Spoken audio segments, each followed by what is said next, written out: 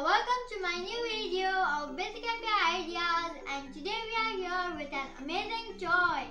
So we have bought an helicopter which can fly.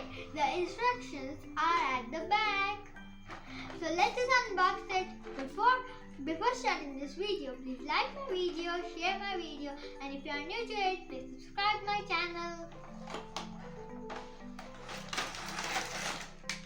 So here is the USB cable to charge, and here is the remote control, and without remote control also it can fly, and here is our helicopter. These are the wings. You can see the wings, and I'll show you operatings. So the operatings are here. It is a small button.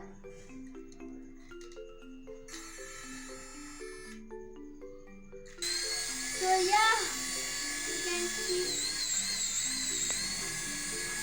If we keep our hand, it will continue flying. So that was all about this helicopter. I'll meet you in my next video. Till then, take care and bye bye. Have a good day.